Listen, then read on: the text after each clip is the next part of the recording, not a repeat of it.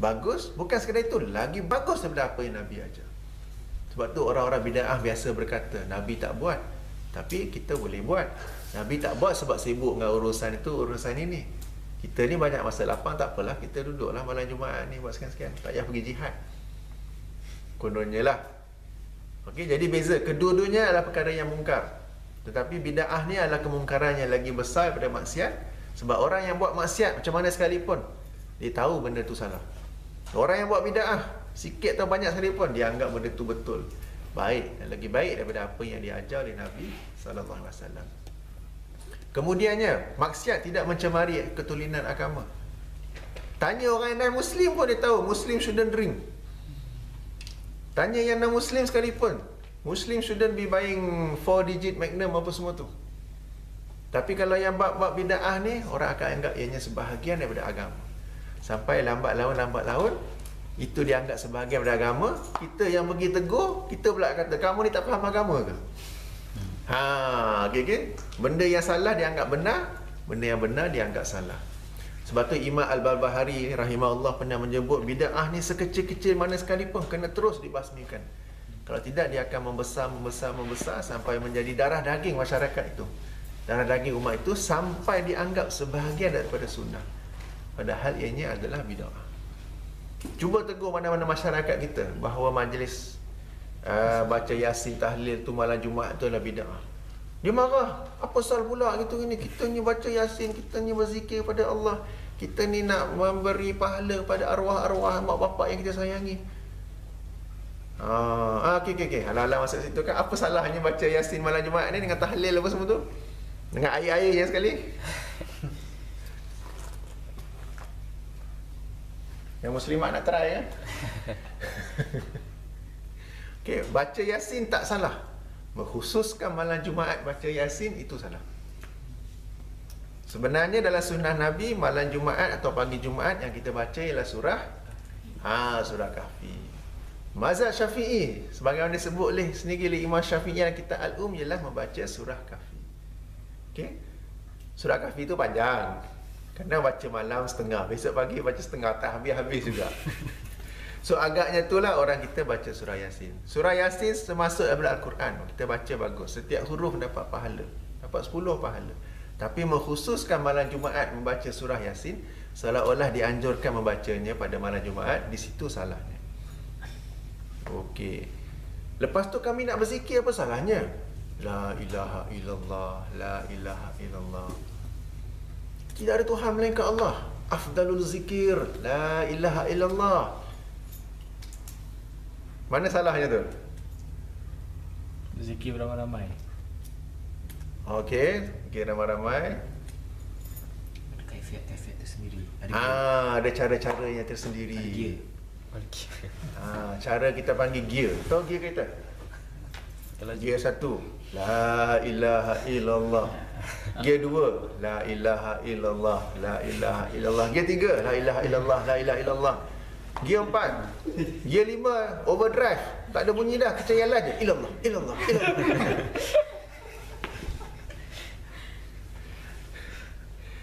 Tuan-tuan, kita ni, para hadirin semua, kita ni berzikir kepada Allah tau. Kita nak panggil seorang suami lah, katakan nak panggil isteri sendiri ke apa ke. Kalau panggil macam tu, isteri buat tak layan, tak tahu penampar je bagi. Ini kita nak berzikir, kita nak mengerti Allah dengan cara yang ada first gear, ada second gear, third gear, fifth gear. Fifth gear tu akan berhenti bila? Bila nasi biryani siap. Semua orang zikir, dia duduk khusyuk. La ilaha illallah, illallah, illallah, illallah. Dia tak perasan tekong depan tu. Illallah, illallah tu. Mana nasi biryani tak siap lagi ni?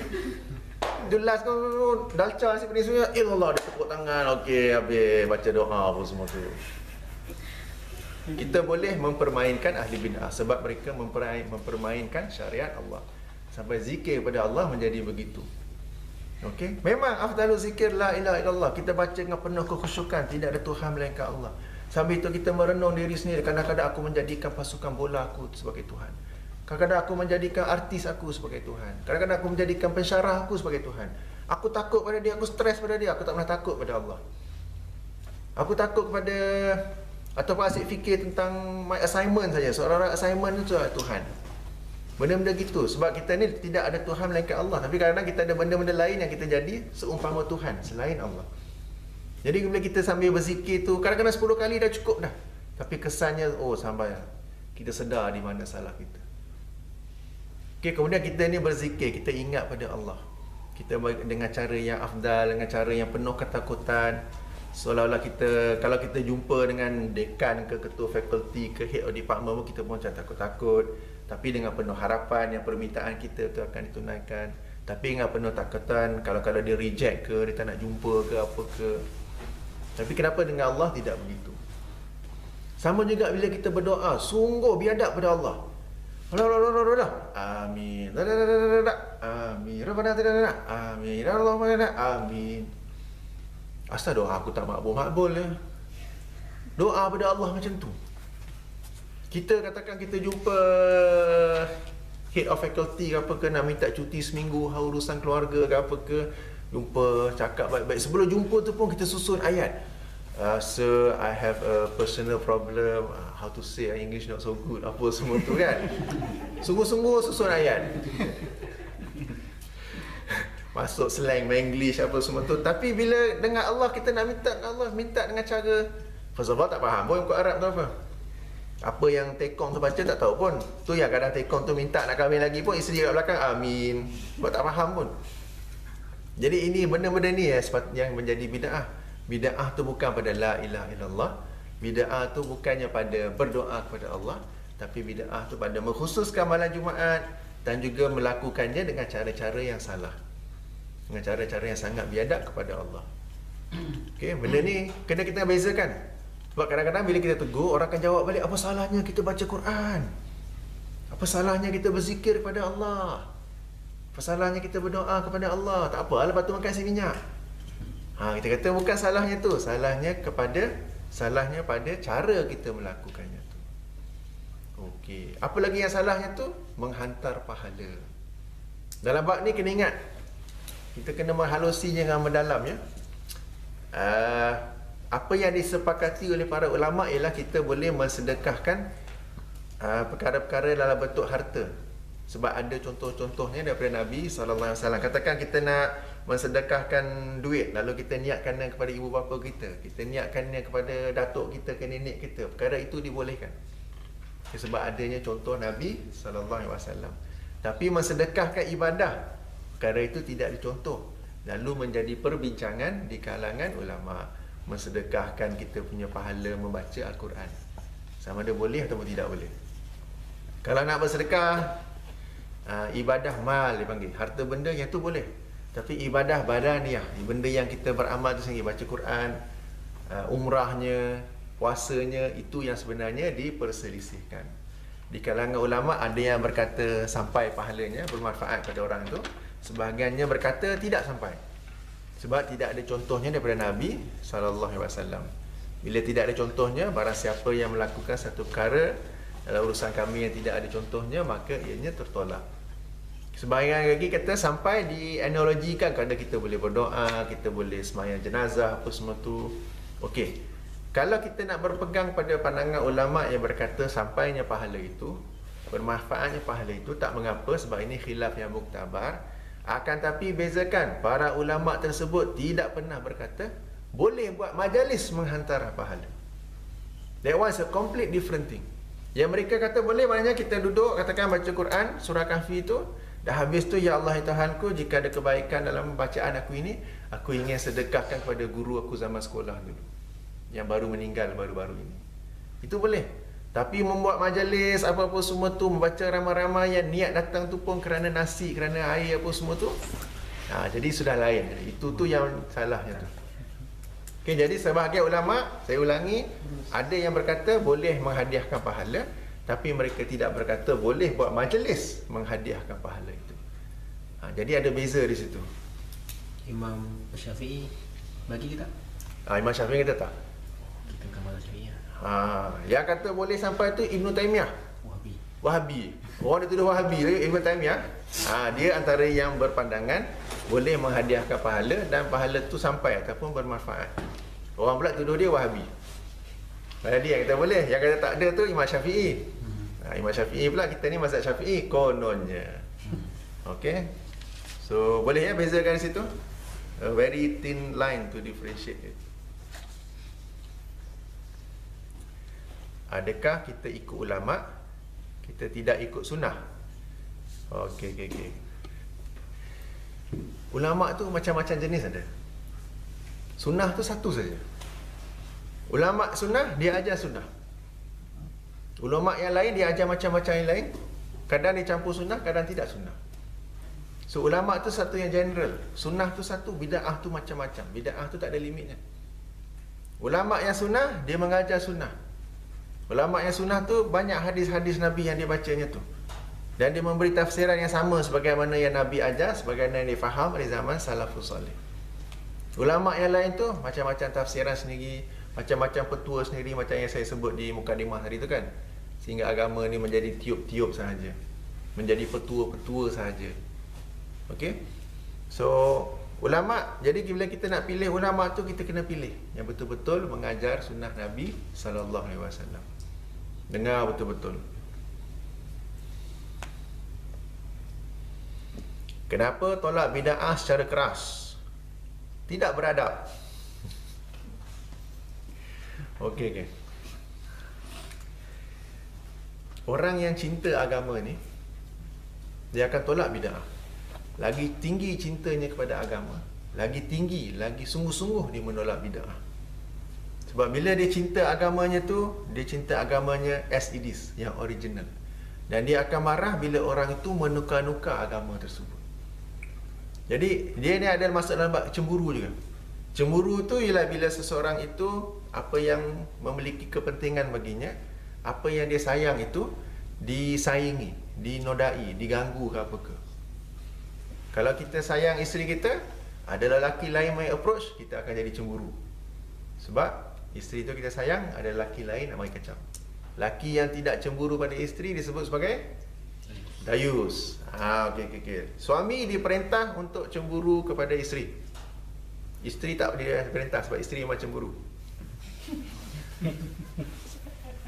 Okey, ada hadis-hadis Nabi yang mencela orang lelaki yang dayus ni. Orang lelaki yang membiar isterinya pergi office apa tanpa lihat pakaiannya macam mana, tanpa melihat tabarrusnya macam mana, tanpa bertanya lunch tadi macam mana tu dengan sesama muslimat saja ke, campur-campur semua satu meja.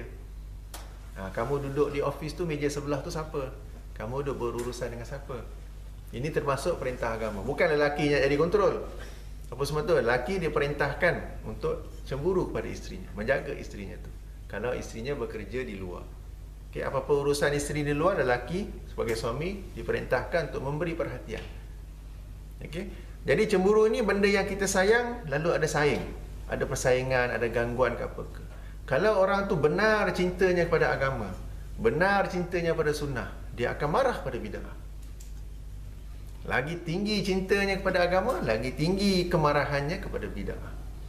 Lagi rendah cintanya kepada agama, lagi rendahlah kebenciannya kepada bid'ah. So kadang-kadang kalau kita lihat kenapa orang ni ekstrim sangat ke apa ke, kita tak faham sebenarnya. Okay, sebab kalau contoh tadi tu lah, lagi cinta dia pada isteri dia, lagi sungguh-sungguh dia marah lelaki yang main gatal-gatal. Kalau dia cinta lebih kurang, dia pun tak apa, kacau sekati lah. Ada contoh tak zaman sahabat yang sahabat tolak keras? Banyak saya tak terlintas sekarang, tapi dalam kitab-kitab dulu cerita banyak ada. Sampai benda-benda yang kecil sekalipun yang saya teringat dalam Sunan Tirmizi, ada seorang tu dia bersin. Selepas bersin dia sebut alhamdulillah wassalatu wassalamu ala rasulillah, dia selawat. Benda bagus tu. Tapi Abdullah ibn Umar yang ketika tu kebetulan ada sama, dia tanya, alhamdulillah wassalatu, selawat apa semua tu, kenapa demikian? Padahal yang diajar oleh Rasulullah ialah menyebut alhamdulillah sahaja. Ini kan benda kecil, benda remeh. Selawat apa salahnya, bagus. Tapi terus ditolak tanpa tunggu-tunggu, tanpa nak kata look for the best time ke nak hikmah ke apa ke, terus ditegur ketika itu saja. Okey, satu contoh yang kecil saja. Okey, kalau bid'ah-bid'ah yang lagi besar tu memang adalah, mungkin saya tak teringat pada masa kini ni. Okey, jadi ketekasan kita dalam bab bid'ah ini adalah berkaitan dengan kecintaan kita kepada sunnah Nabi sallallahu alaihi wasallam. Apa-apa yang nak menodai sunnah tu, yang mencabuli sunnah tu, kita akan marah padanya. Dan kadang kemarahannya itu selari dengan kadang cintanya kepada sunnah Nabi. Kadang kita kata orang tu tak faham, bagilah tahu betul-betul, bagilah tahu baik-baik. Sampai bila nak cerita baik-baik ni? Kalau orang tu keluar hutan Amazon tak apalah kot.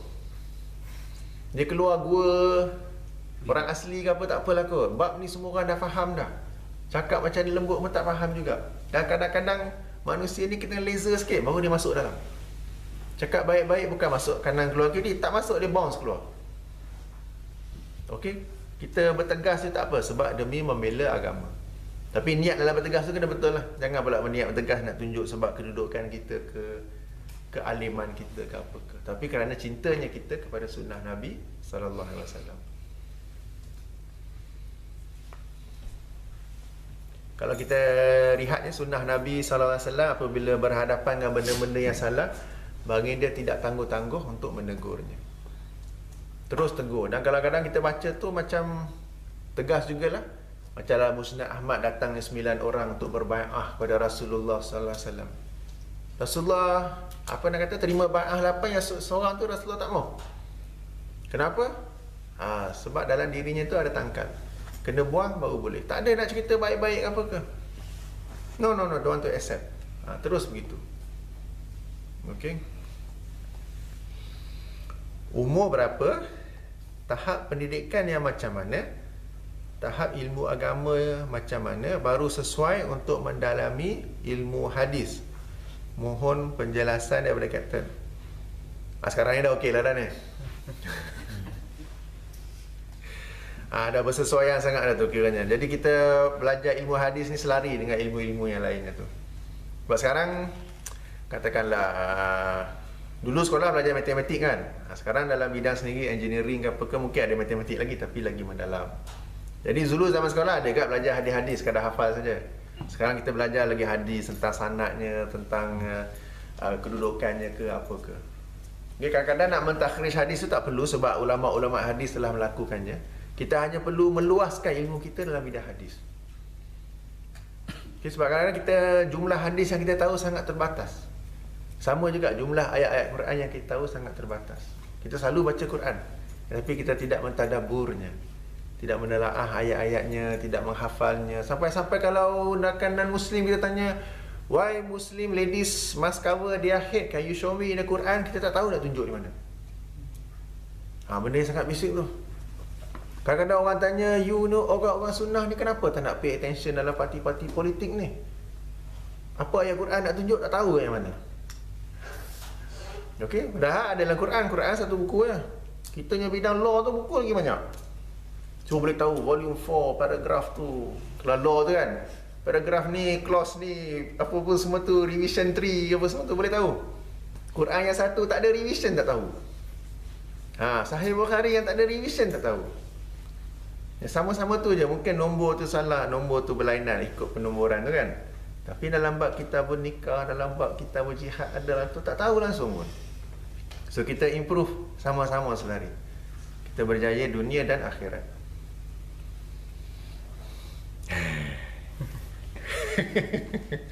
Kata ada ijazah atau sanad tak? Macam mana nak tahu Kapten ajar benda yang betul atau salah? Yang ni bagus. Jadi semak apa yang saya ajar tu.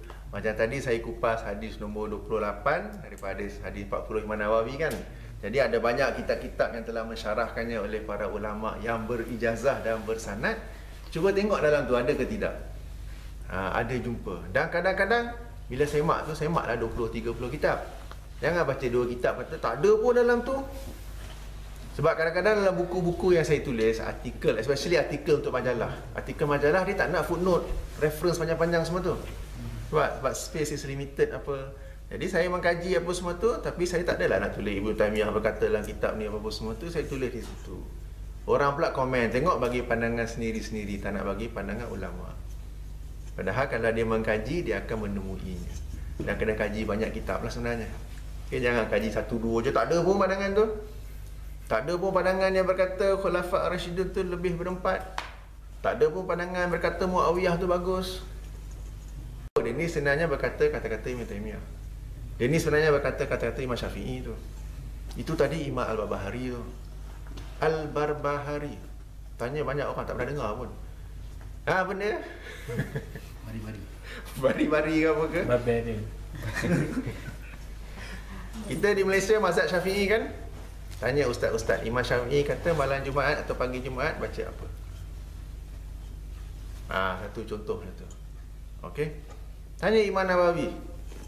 Tanya ustaz-ustaz tu, kita mazhab Syafi'i, Imam Nawawi kata khinzir tu najis yang patut dicuci, dibersihkan macam mana?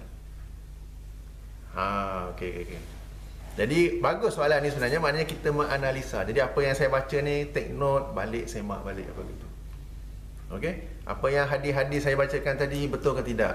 Okay. Ayat Quran saya dah bagikan nombor surah, nombor ayat. Hadis-hadis betul ke dalam Sunan Tirmizi tu? Right? Bid'ah ini sebahagiannya sudah menjadi tradisi masyarakat kita.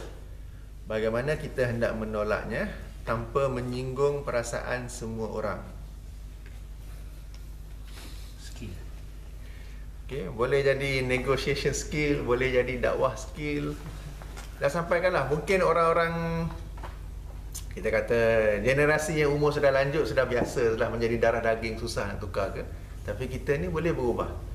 Kita ni, sahabat-sahabat kita yang mungkin tak dapat hadir ke, ya, kita sampaikan ilmu ni, lalu bila katakanlah jika Allah mengambil ibu bapa kita terlebih dahulu, nanti kita tak buat lagi dalam majlis-majlis tu. Saya, mak bapak saya meninggal, saya tak buat pun. Kakak saya, adik saya tanya saya, nak buat ke tak? Jangan. Dia orang pun tak buat. Saudara mara tanya, sayang mak ke? Tak kesian kat bapak ke? Saya kata tak apa, nak buat silakanlah. Tak nak buat pula. Okay. So generasi yang kemudian tak apa, biarkan mereka dulu. Kita sekadar menyampaikannya, dah banyak orang sudah sampaikannya apa semua tu, dan mereka pun sebenarnya tahu dalam bab ni. Susah nak ubah tak apa, yang penting kita ubah. Kita dan pastikan generasi akan datang berubah.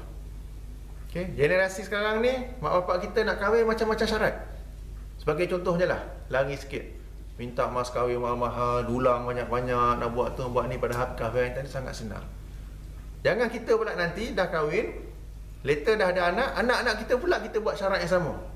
Hantaran 30,000, dulang 9, dewan, kena ada kereta, kena ada rumah, kena ada kerja apa semua tu dulu, baru nak boleh kahwin apa semua tu. Padahal zaman kita dulu, apa salah mak bapak aku bagi syarat-syarat macam ni. Tak faham kenaluri seorang manusia. Keluar gitu apa kan. Pastikan kita jadi ejen perubahan, dan bila come to our own time, kita sendiri melakukan perubahan tersebut. Jangan kita pula ikut-ikut. Okey? Ayah-ayah, bakat-bakat ayah di sini, anak perempuan nak kahwin, jangan minta duit. Jangan jual anak kepada lelaki itu. Kalau lelaki tak ada duit, kata tak apa, simpan duit tu, you can buy the house, car later on. Perkahwinan tu termasuk tanggungjawab ibu bapa. Kita yang sponsor. Macam manalah kenduri sekadar mana yang mampu, kemahnya macam mana ke apa ke. Jangan pula kita yang menjual anak perempuan kita. InsyaAllah nanti anak ni kan. Saya dulu nak kahwin, mak bapak saya sponsor. Memudahkan dia. Okey.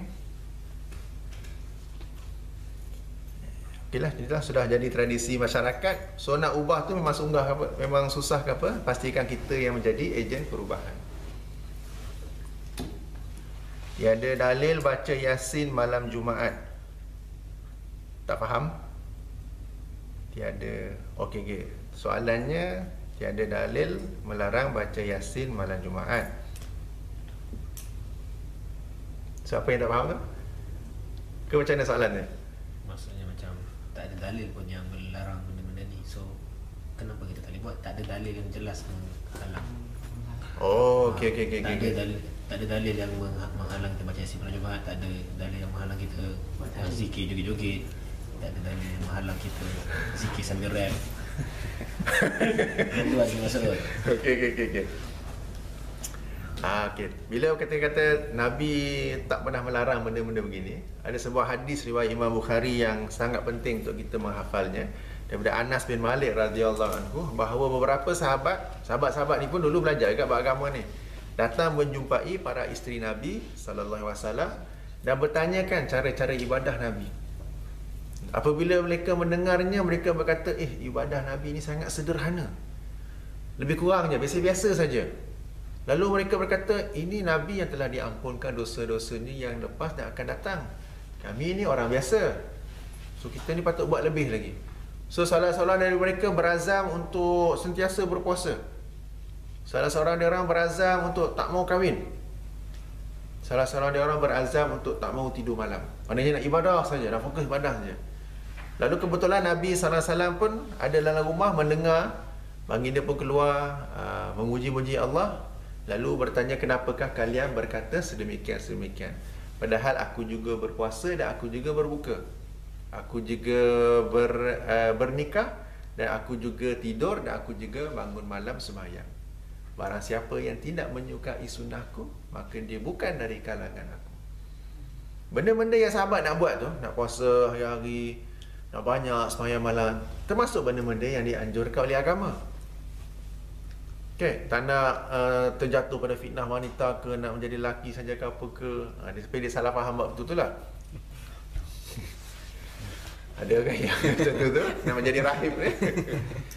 Okey, tapi mereka nak buat tu lebih daripada tu. Nabi time tu tak pernah kata pula tak boleh puasa hari-hari. Nabi tak pernah kata pula tak boleh semayang sampai tak tidur ke apa ke. Mereka nak buat benda-benda yang secara umumnya dianjurkan oleh agama. Tapi Nabi marah, Nabi tegur, Nabi kata bukan sekadar biasa-biasa. Barang siapa tidak menyukai sunnahku, maka dia bukan dari kalangan aku. Bukan di kalangan Nabi, nak kalangan apa pula kan? Yang itu faham-faham sini. Jadi bila kita kata ikut sunnah Nabi ni, ikut, kita jangan tambah, jangan kurang.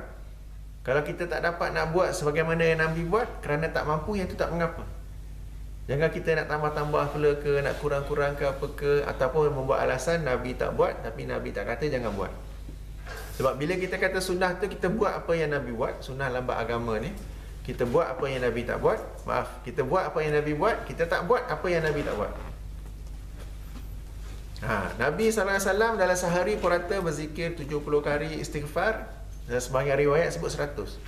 Kita pun 70, kita pun 100.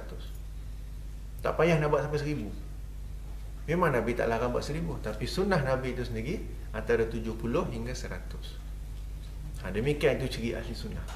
Orang yang suka-suka bid'ah ni, Nabi dosa sikit, mungkin 100. Aku dosa banyak, aku nak buat 500. Jadi salah di situ tu. Jadi salahnya tu membaca Yasin malam Jumaat ialah pertama sekali ialah Yasin malam Jumaat tu kita disuruh baca surah Kahfi. Bukannya surah Yasin. Yang keduanya tu surah Yasin tu memang sebagai Quran, elok dibaca tapi baca bila-bila masa. Kebetulan nak baca malam Jumaat boleh. Tapi malam Jumaat akan datang baca Yasin lagi, salah. Malam ketiga baca Yasin lagi, salah. Di situ salahannya tu. Dan kesalahan di sini ialah bila kita lazim membaca surah Yasin tiap-tiap malam, orang lain pun akan tengok-tengok, akan ikut-ikut, sehingga akhirnya benda itu menjadi satu sunnah, menjadi satu kebiasaan. Padahalnya tidak. Kalau kita nak buat untuk diri kita je, macam amalan sendiri. Memang suka. Surah Yasin tu memang dia punya favorite surah. Surah kecintaan. Tapi hari-hari baca. Dia tak bagi tahu orang lah. Dia macam Kalau ada orang yang hari-hari baca dia sendiri dia sendiri baca. Sebab kena tanya juga kenapa suka surah Yasin ni, yang surah-surah lain Allah bagi tak suka kan? macam zikir macam dia ada macam free time berapa 10 itu. So dia zikir setiap hari. Alhamdulillah saja. Apa-apa. Tu yang kita ikut sunnah Nabi tu, kita mempelbagaikan zikir tu sebagaimana yang diajari Nabi, mempelbagaikan juga. Alhamdulillahnya, subhanallahnya, Allah Akbarnya, la ilaha illallahnya, istighfarnya. Dan tidak satu tu saja. Jadi nak buat semua tu tak ada dalil melarang, tapi kita ni Nabi wasiat suruh ikut sunnahnya. So ikut sunnah itu kita baca zikir sebagaimana yang Nabi ajar. Jadi kita mempelbagaikan bacaan-bacaan itu sebagaimana yang Nabi juga ajar. Tidak stick satu je. Sama juga Nabi menurunkan Al-Quran, melainkan ada anjuran membaca je. Macam ada hadis yang menyuruh kita membaca Qul a'udzu birabbil falaq, a'udzu birabbin nas selepas solat. Kita pun baca itu setiap kali selepas solat. Itu betul. Captain, dari mana datangnya tradisi baca Yasin dengan ayat Yasin ni dalam masyarakat kita? Nak tahu sumber macam mana dia dapat? Cuba boleh datang lagi kita. Saya ni tak adalah tua sangat, tak tahulah apa berlaku tahun 50-an 60-an tu. Nak kena cek sana. Sekadar yang saya dengar orang cerita pada saya, masyarakat kita dulu-dulu tak berapa pandai baca Quran. Okey, jadi antara mana surah-surah tu yang antara yang sederhana, yang panjang sangat, pendek sangat, yang sederhana tu surah Yasin. So mereka fokus pada surah Yasin tu agar orang-orang pun jadi pandai baca Quran, dengan harapan bila dah pandai je baca surah Yasin tu, bacalah pula surah-surah lain juga. Tapi akhirnya dia duk stick kat Yasin juga. Jadi sebab mungkinlah, saya tak tahu cerita ni betul ke tidak, tapi macam lebih nak berbaik sangka bahawa masyarakat kita dulu tak berapa, sebahagian pandai baca Quran, sebahagian tak berapa pandai. So nak training nak menjadikan lazim tu, dipilihnya surah Yasin. Kebetulan pula dalam surah Yasin ni ada beberapa hadis-hadis yang menerangkan keutamaannya, tetapi setahu saya tidak ada yang sahih. Tapi jadi menjadi kebiasaan, lama-lama semua orang stick to Yasin. Sebab ini satu surah yang tak panjang sangat, tak pendek sangat, dan akhirnya semua orang hafal. Sebab kadang-kadang bila ada majlis tahlil ke apa ke, sebahagian datang tu tak tahu baca Quran, tapi dah boleh ikut dah Yasin wal Quranil Hakim. Tapi bila kacau tengah-tengah tu, dia dah flow dah lagi, tak tahu dia kena start dari awal. Jadi begitu. Ayat Yasin pun lebih kurang gitulah, sebab jampi-jampian ni sangat famous di kalangan kita ni. So kita baca, buka air, masukkan dalam kononnya Fadilat Yasin tu. Dari mana datang tak tahu. Air Yasin tu ya? Tak tahulah siapa-siapa ada ni ke apa ke. Tembus tu kempangan sama. Kempangan. Tembus swimming pool. Teruskan. Dah habis dah soalan ni? Terus mana? Soalan tambahan ke, pandangan ke, soalan muslimat ke apa?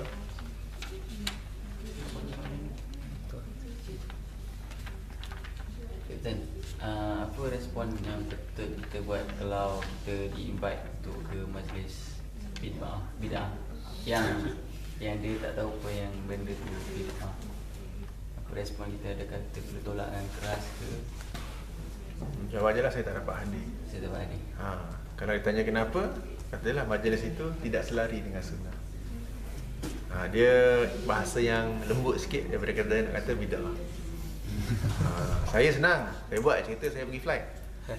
Dah ada rumah je tu. Kita adalah sampai. Ada kat rumah je kan. Captain, saya tanya, kalau seorang tu kan pada mulanya dia macam tak adalah bagus sangat, tak adalah nak pergi majlis agama ni kan, tapi disebabkan program-program bid'ah, benda-benda bid'ah ni dia berubah. So macam mana tu? Macam mula dia pergi majlis Yasin ke, start tu boleh berminat nak buat benda agama, nak semayang semua. Okey. Macam mana tu? Pada saya bagus, tapi hanya kita bagi motivasi dia untuk terus mendalami bidang agama. Sebab saya sendiri dulu, zaman-zaman jahiliah tak pergi mana-mana langsung. Bila umur saya 23, 24, 25, dah tua dah kalau banding dengan you all ni, baru ada kesedaran agama, baru minat agama, saya pergi dulu majlis Yasinnya tu, tahlilnya tu. Saya teringat lagi bila bulan Ramadan, solat tarawihnya tu, beberapa hari belum masuk Ramadan, saya dah hafal lah dikir barat tu. Kita panggil zikir kan. Pergi semayang tarawih, duduk depan harapan dapat mikrofon nak nyanyi juga tu. Sebab dulu semangat agama lebih, ilmu tak ada. Jadi saya pun sendiri dulu begitu kan. Mula-mula zaman-zaman jahiliah dulu, semayang jemaah ke jarang-jarang ke, tarawih pun macam tengok TV rumah ke apa saja ke kan. Lepas tu mula berminat, mula belajar alif bata, dan surah pertama sekali yang dapat khatam tu surah Yasin lah tu. Okey. Pergi juga majlis-majlis begitu. So bila bulan Ramadan ke apa ke, beberapa hari cari buku. Zaman saya dulu tak ada internet lagi. Okey, apa tu, hafal. Pergi saf depan tu bukan sebab mengejar keutamaan saf depan, tapi sebab nak dapat mikrofon tu. Tapi tak dapat pun. Alhamdulillah, Allah pelihara. Mungkin sebab dia bagi yang sini-sini saja kan, nyanyi lagi best ke apa ke. So saya pun dulu begitu kan. Tapi alhamdulillah belajar. Oh, benda ni sebenarnya tak buat sebenarnya. Okey. So tak adalah nak nyanyi-nyanyi lepas tu. Yang untuk sembang tarawih apa semua tu kan.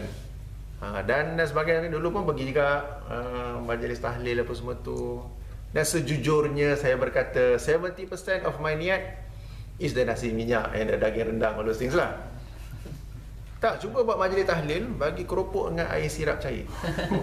Air suam lah katakan, tengok berapa ramai hadir. Kalau kita hidang nasi putih pun orang komplain. Okey, jadi niat yang datang tu nak baca Quran ke nak apa ke sebenarnya? Okey, jadi orang yang dulu tak minat agama tapi sekarang minat agama tapi terikut dengan majlis-majlis tu, kita terus bagi motivasi banyak untuk terus mengkaji agama. Bila dia mengkaji, dia akan tahu ni. Saya sendiri pun dulu sangat fanatik bab politik. Gila habis.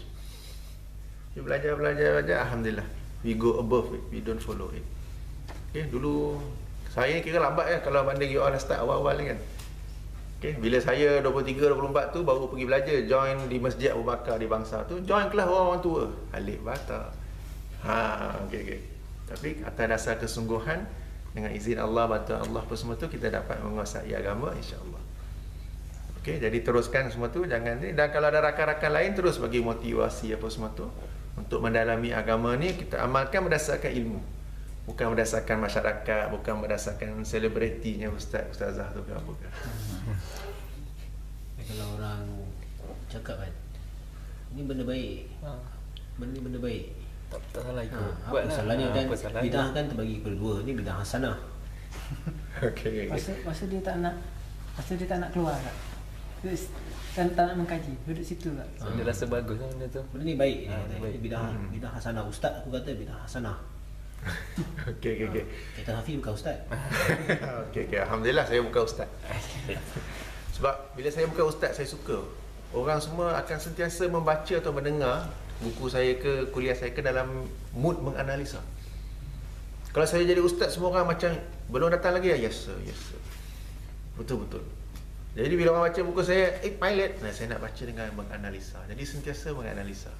Jadi kalau dia ikut pun bukan sebab saya, tapi sebab hujah-hujah dari dalil dalam tu. Okey.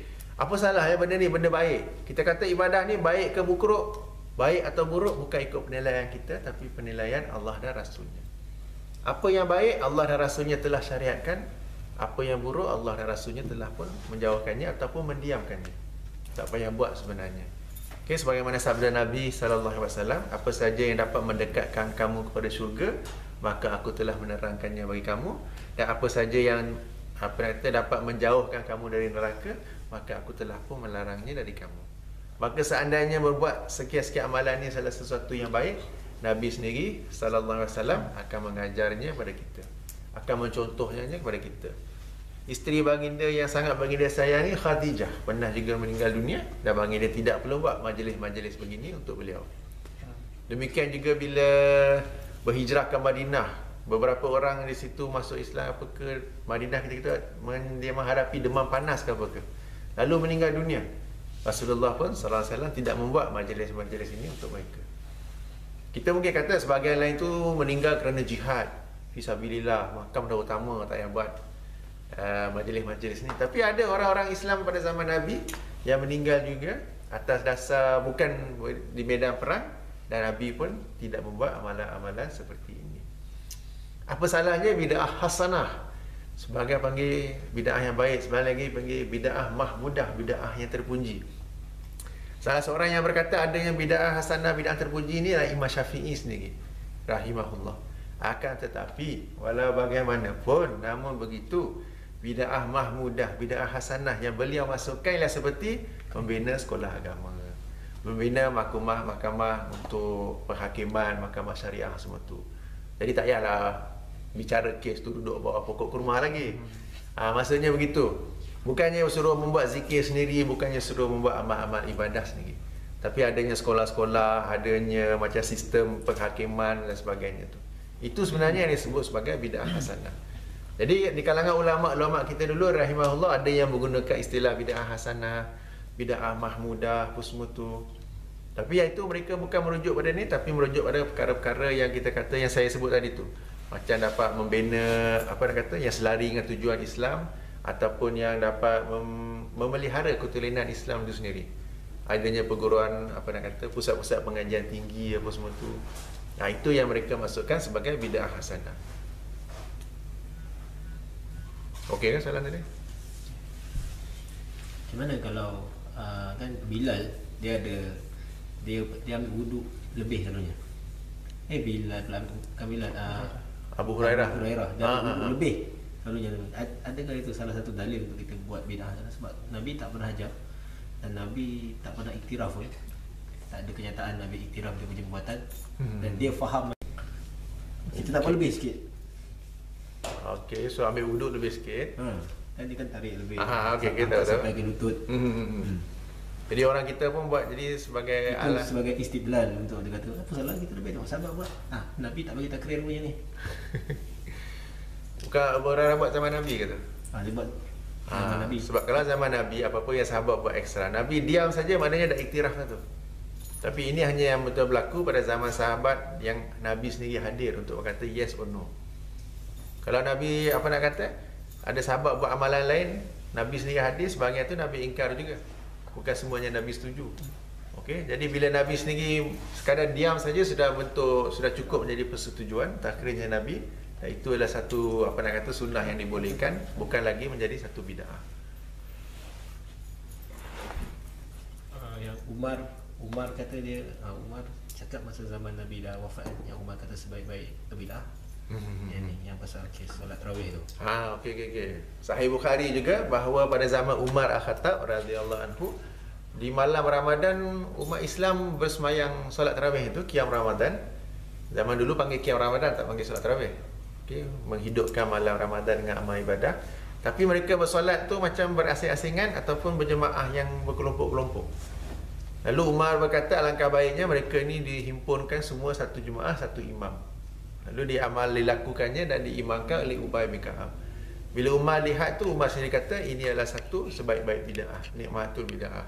Okey, jadi bid'ah yang Umar sebut itu hanya di sudut bahasa. Ini bukan di sudut syariat. Sebab di sudut syariat melaksanakan solat tarawih secara berjemaah sudah pun ada pada zaman Nabi sallallahu alaihi wasallam. Hanya Nabi tidak melazimkannya kerana bimbang ianya menjadi sesuatu yang diwajibkan pada setiap malam. Jadi kadang-kadang Nabi buat, kadang tak. First few nights Nabi keluar semayang tarawih berjemaah, kadang-kadang Nabi saja, iaitu peace ataupun salam, selamat kita ya. Tapi ada Islam di sudut syariat, iaitu 2 kalimah syahadahnya, puasanya, solatnya, zakatnya dan hajinya. So kalau seseorang tu seorang yang peaceful, kita tak boleh kata dia seorang Muslim.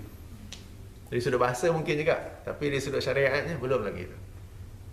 Jadi samalah juga apabila Umar Al-Khattab berkata ini adalah sebaik-baik bid'ah, itu hanya dari sudut bahasa, bukan dari sudut syariat. Kata yang solat tarawih tu kalau kita mengkhususkan untuk solat berjemaah tarawih setiap hari, so maksudnya bid'ah dah. Tak juga. Sebab pada zaman Nabi SAW, baginda tidak melakukannya setiap malam kerana bimbang ianya akan disyariatkan. Akan tetapi apabila baginda sudah wafat, maknanya tidak ada lagi diturunkan wahyu untuk menukar solat yang sunat itu menjadi wajib, maka tidak mengapa kita melakukannya setiap malam. Sebab benda-benda yang ditinggalkan oleh Nabi SAW ada beberapa kategori. Kalau benda tu baginda tinggalkan kerana bimbang ianya menjadi diturunkan wahyu menjadi wajib, bila wahyu itu sendiri telah berhenti dengan wafatnya baginda, maka tidak ada lagi kebimbangan itu, maka boleh melaksanakannya.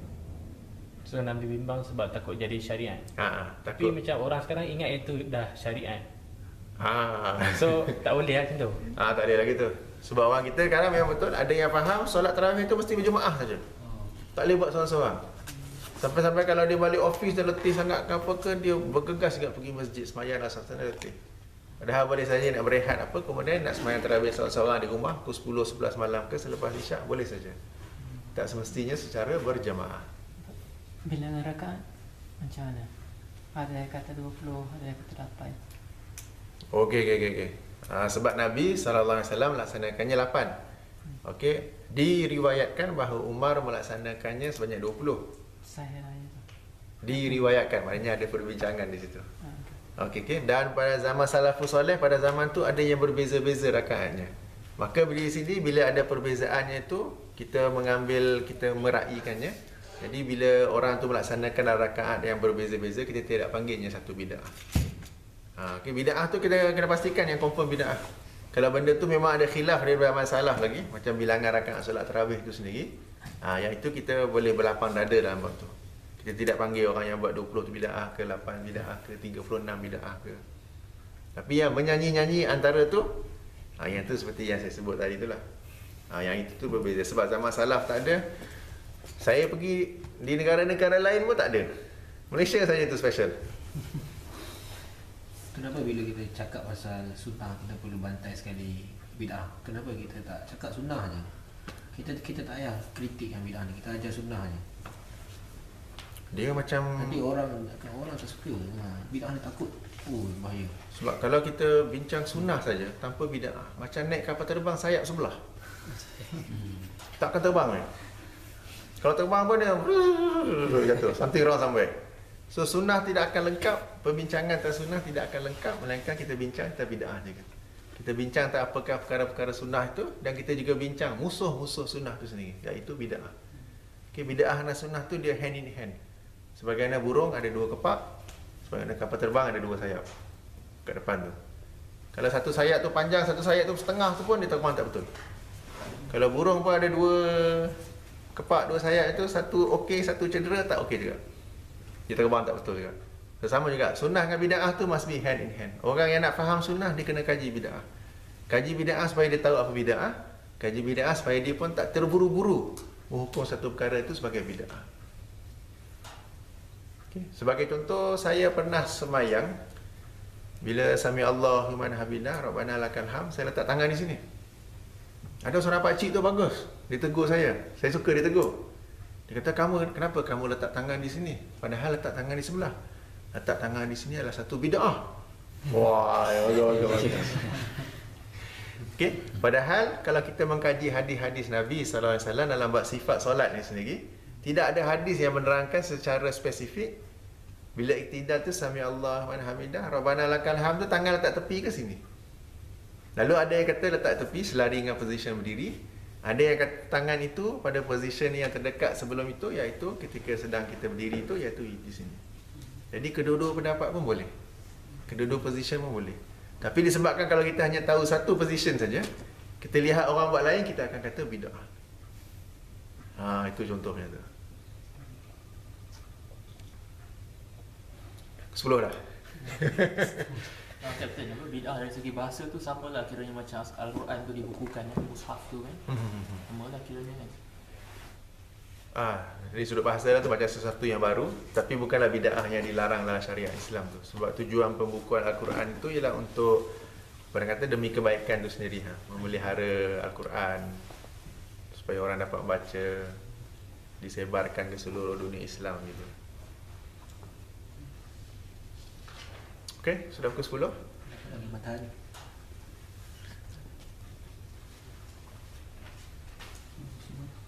Muslimah ada soalan ke sebelum kita tutup majlis? Semua faham. Ada yang terkeliru? Berat. Okey, dengan itu kalau kita tutup dengan tasbih kifarah. Subhanakallahumma wa bihamdika asyhadu an la ilaha illa anta astaghfiruka wa atubu ilaik. Assalamualaikum warahmatullahi wabarakatuh.